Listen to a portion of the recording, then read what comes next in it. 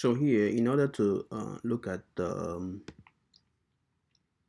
trend, because this was the seasonality that we look at, and then the seasonality, like I was saying, we use actually we group in here monthly, right? We look at the monthly data, monthly sales, monthly average sales, to look at the seasonality, right?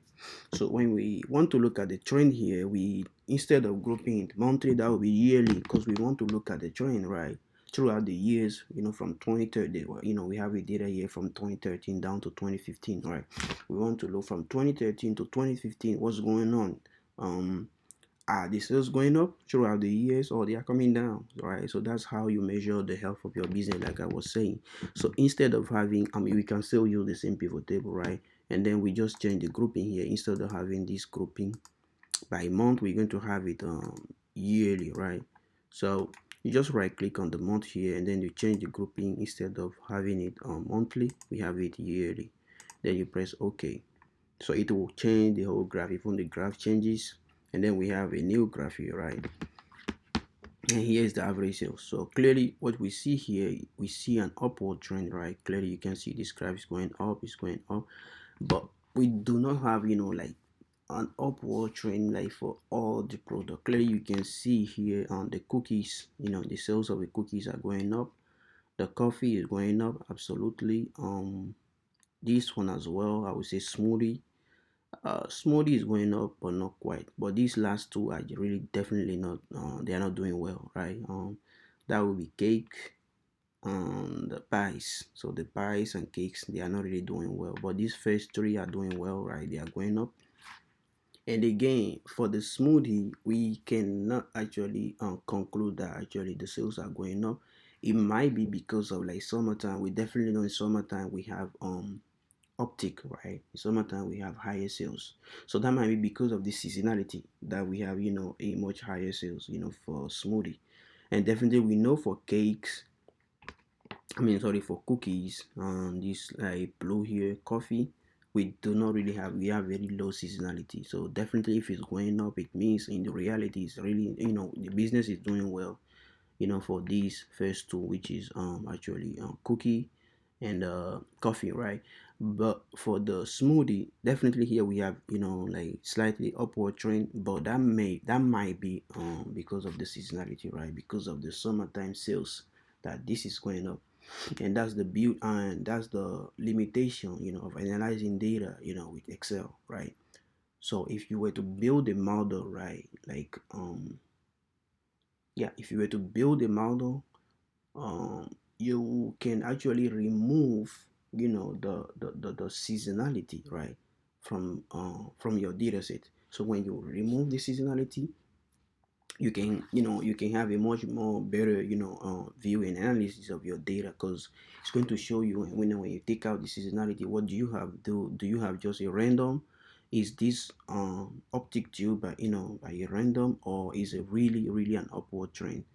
And yeah, I think I did a video, on time series analysis, where I spoke about those how you can decompose your data, into trend, seasonality, and random effect, right? So when you have your data, and then you see an upward trend, is it due by, by simple random, or is it due, the uptick is due to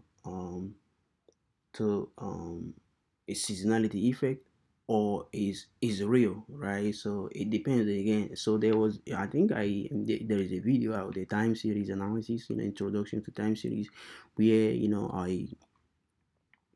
I went deeper into all of these details, how the seasonality trend and other factors impact actually your data set. You can just take a look at the video in the time introduction to time series. And yeah, this will be very helpful when you couple it with this. I think it will be very helpful for anyone that wants to actually understand, like, how this works, right? The next thing that we may want to look into here is analyzing the effect of promotion sales, because in our data set, remember, we do have promotion. You don't just have all this data set with the day, the product on the day, right? We have promotion, like when there is promotion, you want to look into here, like how does promotion affect sales, right? Does promotion definitely have sales? Because this is very important, because sometimes companies, they do promotion. If you don't analyze the impact of promotion, you might be wasting your resources. Sometimes you do promotion, but you are not really selling. You do it like, I don't know, for a period of time. Definitely there is a budget that devoted to it, but you may launch some promotion without even selling. Like, it doesn't have impact actually on your sales. Let's say your long promotion, like I don't know, a smoothies, whatever, and you do know that summertime smoothies are already selling. So when you launch the promotion, it definitely will not have any impact on smoothie sales, right? Because summertime people definitely, you have an uptick, you have an up, a much higher sales summertime. So the promotion definitely may not impact, your sales. That would be waste of resources, right? Now again, cakes. Cakes actually, cakes. I would say cakes are, the sales of cakes. I would not say seasonal, but like, is based on event, right? Like, whenever someone has a birthday, that's when people come for cake. And birthday happens throughout the year, right? From January to December, like every single day is someone's birthday. So the promotion may not have impact on sales of cakes if you launch promotion for cakes. Why? Because if someone is not having a birthday, even if you have promotion for the cake, they will feel like, well, I don't need it, because what for, right? People are not celebrating, so they might not even buy the cake anyway.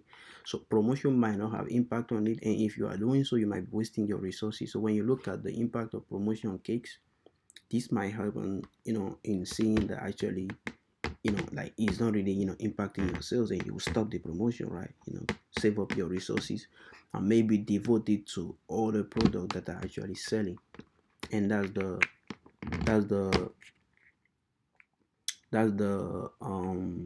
I would say the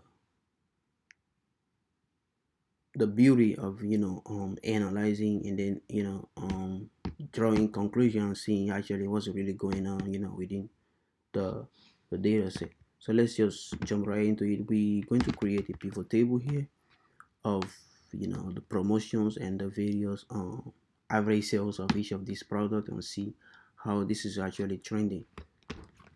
So let me just use this, right? I can still use um the same graph and everything, right? The only thing I have to change here is to put the promotional here, and then remove the date, because I don't need the date anyway. I don't need it anymore, right? Just look at when we have promotion and when we do not have promotion with the average sales, to look at how sales are trending. And clearly you can see here, when there is no promotion, the sales are down, and when there is promotion, it goes up. But it doesn't work with all the product again, right? It works with these first three product, and the last two, they are actually, there is a little impact of promotion on them. Clearly you can see they are kind of horizontal, I should say, right? So there is a little impact of promotion on them. For this first three, which is cookies, all right, cookies, coffee, and smoothies, definitely they go up with promotion. Whenever there is promotion, you have higher sales. When there is, as compared to, you know when there is no promotion, right? But when you look at the buys, the promotion does not have any impact on the sales of buys. Same thing goes with cake. There is a little impact of promotion on sales of cake. So these first three works with promotions, and definitely when you know that buys, promotion does not have impact on sales of buys, you definitely going to save up your resources, right? And devote it to, like, to sales, or let's say promotion of cookies, because whenever you launch a promotion, cookie sells a lot.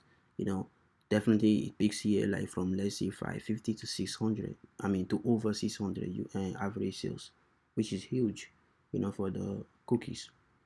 And so that's how, that's the beauty of analyzing and visualizing this. You clearly see what's really going on with the promotion, and you will plan accordingly, going forward. um what else? So, I mean, for this very part of the data, you shouldn't go any further. I think that's just what I have here, for this data set. I would say thank you for watching, and see you on the next video.